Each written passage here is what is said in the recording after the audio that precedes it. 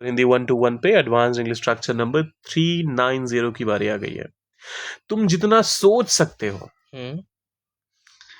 ये उससे ज्यादा मुश्किल है। अच्छा, वह तुम्हारी सोच से ज्यादा मेहनती है। तो मतलब जितना जहां तक आपकी सोच जा सकती है, अगर या जिसको भी आप ये बात कह रहे हो, जहां तक उस इंसान की सोच जा सकती है उससे भी अगर ज्यादा कोई चीज हो तो कैसे ट्रांसलेट करते हैं, आइए सीखते हैं। देखिए, इनको ट्रांसलेट करने के लिए आप सबसे पहले कहते हैं दिस इज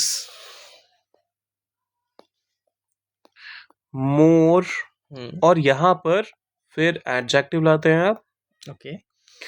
फिर मोर, अगर अब ऑब्वियसली ये भी आपको ध्यान देना पड़ेगा कि अगर आपका मान लीजिए एडजेक्टिव ऐसा है जिसमें मोर का स्कोप नहीं है, मान लीजिए अगर आप कहेंगे दिस इज बेटर, अगर गुड कहना चाह रहे हैं आप, हाँ।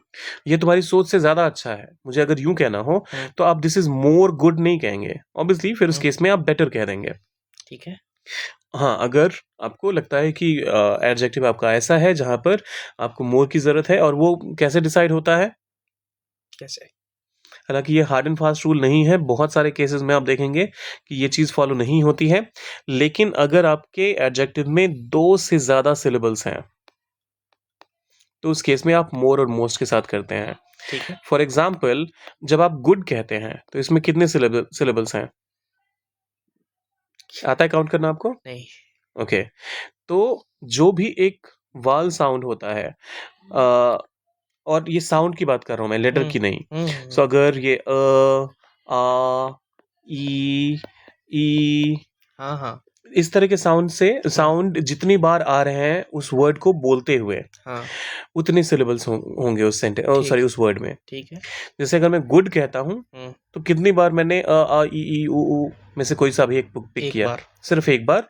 तो ये मोनोसिलेबिक कहा जाता है। ओके। इनको आप जब कभी भी कंपैरेटिव में कहते हैं तो ये कभी भी मोर एंड मोस्ट नहीं लेते, ठीक है। मतलब ज्यादातर केसेस में, कुछ एक्सेप्शंस हैं इसके। वहीं अगर आप कहते हैं, मान लीजिए मैं अगर ब्यूटीफुल कह दूं, ब्यूटीफुल, ब्यूटीफुल, तो 3 बार हो गया। बिल्कुल। इस वजह से हम मोर एंड मोस्ट कहते हैं। तो ये एक बेसिक सा रूल है, अगर आपको पता था पहले से तो बहुत बढ़िया, नहीं पता था तो कुछ नया सीखने को मिल गया है, तो वीडियो को लाइक कर दीजिएगा और चैनल को सब्सक्राइब कर दीजिएगा। दिस इज मोर के साथ पहले एडजेक्टिव, फिर उसके बाद आप कहते हैं देन, और ये THAN वाला देन है। ओके। फिर आता है सब्जेक्ट, कैन, और फिर ज्यादातर केसेस में आप इमेजिन का इस्तेमाल करते हैं, तो यहां पर आप इमेजिन कह सकते हैं, थिंक कह सकते हैं। ठीक है। ठीक है। तो इसी पर अब सेंटेंसेस को देख लेते हैं ट्रांसलेट करके। तुम जितना सोच सकते हो ये उससे ज्यादा मुश्किल है। दिस इज, अब डिफिकल्ट जो है, मोर डिफिकल्ट कहना पड़ेगा आपको। बिल्कुल। दिस इज डिफिकल्टर तो नहीं होगा, हाँ। डिफिकल्टर में लिखने लग गया वो बोलने के साथ साथ। So this is more difficult than you can imagine.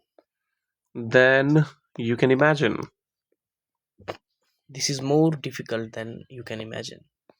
This is more difficult than you can imagine. फिर आता है अगला एग्जाम्पल, वह तुम्हारी सोच से ज्यादा मेहनती है। He is more hard working. Hard working, एक वर्ड बिल्कुल।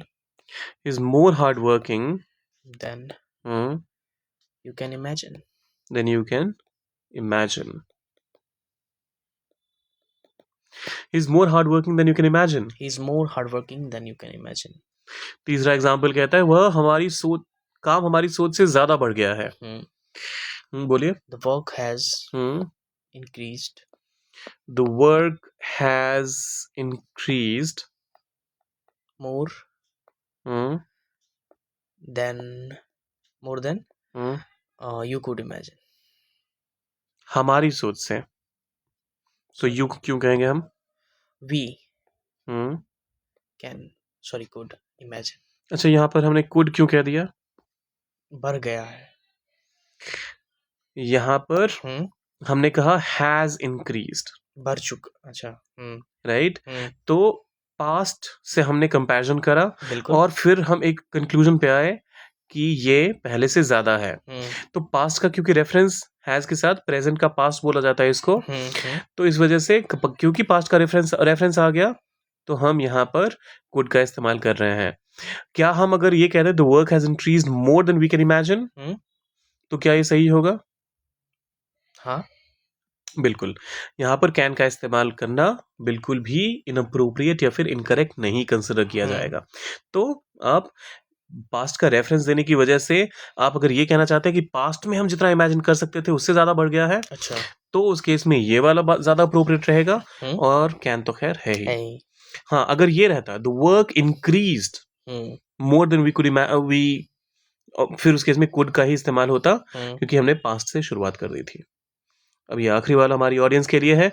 समस्या, the issue, the problem, the challenge, आप अपने हिसाब से कुछ भी यहाँ पर डाल दीजिए। तुम्हारी सोच से ज्यादा गहरी है, डीपर कह दीजिएगा। यहाँ पर मोर डीप मत कहिएगा, ठीक है। क्योंकि यहाँ पर फिर से डीप बोलते हुए कितने वाल साउंड्स आए? 3। डीप बोलते हुए 3। डीप 2 2 2। कैसे बोलिए? डीप 1 एक, एग्जैक्टली। सो डीपर। अब जाने से पहले सब्सक्राइब, लाइक और शेयर करके जाइएगा। मिलते हैं जल्दी।